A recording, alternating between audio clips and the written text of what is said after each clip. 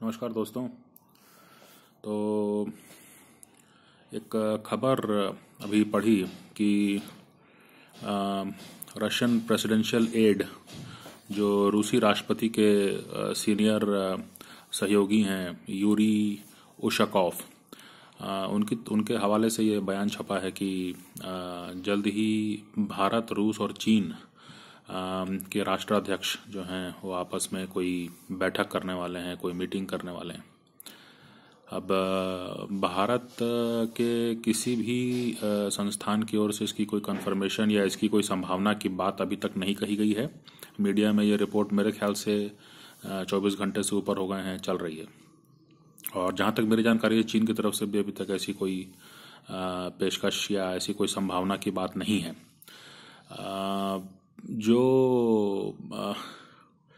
ये एक गंभीर विषय है। एक आप इसे कह सकते हैं कि रूस जो है वो नहीं चाहेगा कि भारत जो है वो अमेरिका के नज़दीक जाए, या क्वाड या इंडो पैसिफिक, इन सब कॉन्सेप्ट्स के खिलाफ है वो रूस। और इस संबंध में जो है रूस ने कभी अपनी चिंताओं को या अपने जो उनके इस बारे में जो एप्रीहेंशंस हैं उसको लेकर कभी भी उन्होंने छुपाया नहीं है। और बेशक वो चाहेंगे कि भारत और चीन तो है ही उनका मतलब एक बड़ा एक साझेदार भी है, बहुत ज़्यादा उनके साथ ट्रेड भी हो रहा है, और लैंड बॉर्डर से ट्रेड होता है तो बहुत सहूलियत भी है, कोई बहुत ज़्यादा दखल अंदाजी नहीं है, कोई बहुत ज़्यादा रोक टोक नहीं है। जब तक कि चीन की सरकार के साथ सब कुछ ठीक चल रहा है तब तक ये ट्रेड हो सकता है। लेकिन भारत के साथ बहुत कम ट्रेड है, तकरीबन $10 बिलियन के आसपास है, और उसमें भी बहुत ज़्यादा जो है वो डिफेंस ट्रेड है। और भारत जो है इस मामले में भारत और रूस के बीच में अच्छे जो है एक विश्वास का संबंध है। लेकिन जो है कहीं ना कहीं दोनों उस लेवल पर ट्रेड नहीं कर पा रहे हैं कि चीन या अमेरिका को जो है वो टक्कर दे पाएँ, और ये एक बहुत बड़ा एक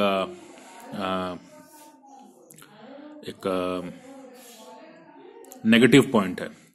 अब दूसरी बात यह है कि अभी जो पश्चिमी मीडिया की अगर खबरों को आप देखें तो वहाँ पे ये चल रहा है कि भाई रूस जो है वो यूक्रेन पे हमला कर सकता है, या कम से कम जो है वो भारी दबाव बना रखा है उसने, और जो है वो स्थितियां काफ़ी विपरीत हैं। और यूक्रेन तो चिंता में है ही, और यूक्रेन ये उम्मीद कर रहा है कि अमेरिका या बाकी नेटो के जो देश हैं वो उनकी मदद को आएंगे।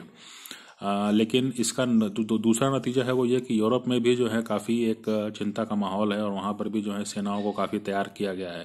जैसे लिथुआनिया है, चाहे पोलैंड है, और भी ऐसे देश जो कि पूर्वी यूरोप में पड़ेंगे, और जिनका जो है यूक्रेन और बेलारूस के साथ मतलब नज़दीकी होगी सीमाओं के मामले में, या टेरिटोरियल प्रॉक्सिमिटी होगी उनके लिए भी बहुत चिंता की बात है। और वो भी जो है अपनी सेनाओं को तैयार करना, और ऐसे किसी हमले या किसी विपरीत परिस्थिति या किसी शरणार्थी संकट के लिए जो है उनको तैयार होना होगा। और ये जो है कहीं ना कहीं एक जो है व्यापार और मुक्त व्यापार के खिलाफ एक माहौल बनाता है। तो जाहिर सी बात है कि अगर जो है रूस यूक्रेन पर हमला न भी करे, चूँकि अमेरिका ने कहा है कि वो काफ़ी कड़े कदम उठाएगा, वित्तीय क्षेत्र में लगभग जो है रूस को अकेला कर दिया जाएगा, या रूस को जो है अंतर्राष्ट्रीय व्यवस्था से अलग कर दिया जाएगा, ऐसी धमकी अमेरिका की तरफ से दी गई है उच्चतम स्तरों से।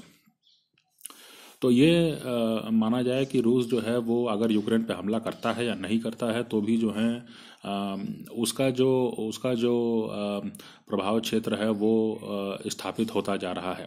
ठीक इसी प्रकार चीन जो है वो भी जो है साउथ चाइना सी में, या भारत के साथ जो सीमा विवाद है, या और भी अगर कई क्षेत्रों में जो है वहाँ पर उसने अपने जो नौसेना के माध्यम से जो है अपना दखल या अपना प्रभाव क्षेत्र बना लिया है। अब सवाल ये उठता है कि अगर भारत जो है वो इन सब में कहाँ है। भारत को सोचना पड़ेगा कि उसके हित कहाँ हैं। ये बिल्कुल संभव नहीं है कि पूरे का पूरे तरीके से जो है आप अमेरिकन कैंप में चले जाएं, क्योंकि अमेरिका जो है वो कोई बहुत ज़्यादा क्रेडिबल या डिपेंडेबल या बहुत रिलायबल तो समझ में नहीं आ रहा है।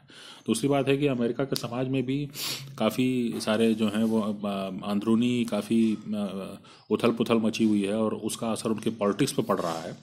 और ये बिल्कुल आप मान सकते हैं कि अ, जो है मतलब वहाँ पे वामपंथी आवाज़ें जो हैं वो काफ़ी प्रबल होती जा रही हैं।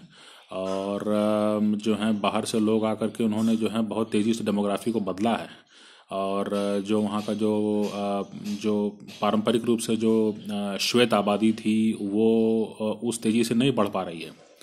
तो अब कहने का मतलब ये है कि वहाँ पर भी जो है वो इंटरनल और एक्सटर्नल उनका एटीट्यूड क्या होगा, क्योंकि रिपब्लिकन्स का जो पॉलिसी है और जो डेमोक्रेट्स की पॉलिसी है दोनों में काफ़ी अंतर है।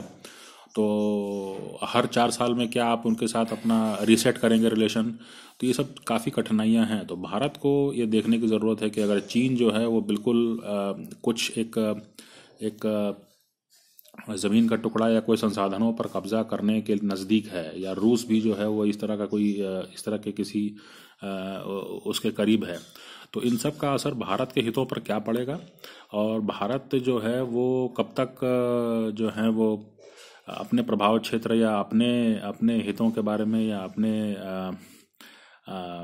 जो सैन्य प्रतिष्ठान हो चाहे व्यापार का मसला हो, इन सब पर जो है कोई ठोस नीति, लॉन्ग टर्म नीति जो है बनानी होगी, जो जियो पॉलिटिकल सिचुएशन बाहर बदल रहा है। तो इसलिए जो है रूस के इस प्रस्ताव का कि भारत, रूस और चीन के जो राष्ट्राध्यक्ष हैं वो आपस में साथ बैठे हैं, मुझे नहीं मालूम है कि इससे क्या हासिल होने का है। लेकिन जो मैं बताना चाह रहा हूँ वो ये कि रूस और चीन बहुत क्लियर हैं कि उनको क्या हासिल होगा, और वहाँ का पॉलिटिकल सिस्टम उनको अलाउ करता है। हमारे यहाँ मुझे नहीं मालूम कि हमें हमें इसमें क्या मिलने वाला है, या तो इन सब चीज़ों पर जो है थोड़ा ज़्यादा एक चर्चा होने की ज़रूरत है, ऐसा मुझे लगता है।